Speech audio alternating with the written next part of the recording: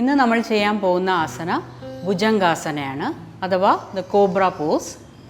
ഭുജംഗ എന്ന സംസ്കൃത വാക്കിൻ്റെ അർത്ഥം പാമ്പ് എന്നാണ്. അപ്പം ഈ യോഗാസന ചെയ്യുമ്പോൾ നമ്മളുടെ തലയും കഴുത്തും പാമ്പിൻ്റെ പത്തി പോലെ ഉയർന്നു നിൽക്കുന്നത് കൊണ്ടാണ് ഭുജംഗാസന എന്നിതിനെ വിളിക്കുന്നത്.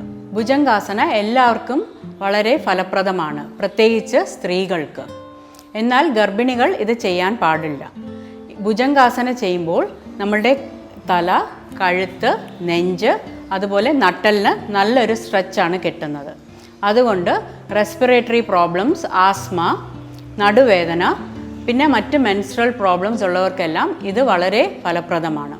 ഇനി ഭുജംഗാസന എങ്ങനെയാണ് ചെയ്യുന്നതെന്ന് നമുക്ക് നോക്കാം. മകരാസനയിൽ നിന്നാണ് നമ്മൾ ഭുജംഗാസനയിലോട്ട് പോകുന്നത്. മകരാസന എന്നാൽ റിലാക്സിങ് പോസാണ്. ആദ്യം കാല് രണ്ടും ചേർത്ത് വെക്കുക, വിരൽ നീട്ടി ബാക്കിലോട്ട് വെക്കുക. എന്നിട്ട് കൈ രണ്ടും ഷോൾഡർ ലെവലിൽ താഴെ വെക്കുക. നെറ്റി മാറ്റിൽ വെക്കുക. കൈയുടെ മുട്ട്, എൽബോസ് രണ്ടും ഹിപ്സിനോട് ചേർന്ന് വേണം വെക്കാൻ.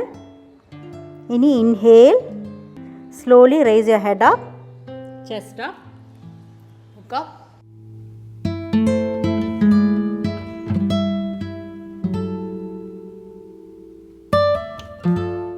Exhale slowly down. Relax in Makarasana. നേരത്തെ പറഞ്ഞ പോലെ തന്നെ ഭുജംഗാസന നമുക്ക് സ്പൈനൽ സ്ട്രെച്ചിന് വളരെ ബെനിഫിഷ്യലാണ്. എന്നാൽ നമ്മൾ ശ്രദ്ധിക്കേണ്ട ചില കാര്യങ്ങളുണ്ട്. നമ്മളുടെ തലയും ഷോൾഡേഴ്സും താഴോട്ട് ഡ്രൂപ്പ് ആവാൻ പാടില്ല. അതുപോലെ തന്നെ കൈ എൽബോ സ്ട്രെയിറ്റ് ആയിട്ടല്ല വെക്കുന്നത്, നമ്മളുടെ ഹിപ്സിന് ചേർന്നായിരിക്കണം എൽബോസ് ഉള്ളത്. എന്നിട്ട് പതുക്കെയാണ് റേസ് ചെയ്ത് നമ്മൾ ആ പൊസിഷനിലോട്ട് വരുന്നത്. 10 സെക്കൻഡ് മുതൽ 30 സെക്കൻഡ് വരെയെങ്കിലും ഭുജംഗാസന ഹോൾഡ് ചെയ്യാൻ ശ്രമിക്കുക. അപ്പോഴാണ് നമുക്കിതിൻ്റെ മാക്സിമം ബെനിഫിറ്റ് കിട്ടുന്നത്.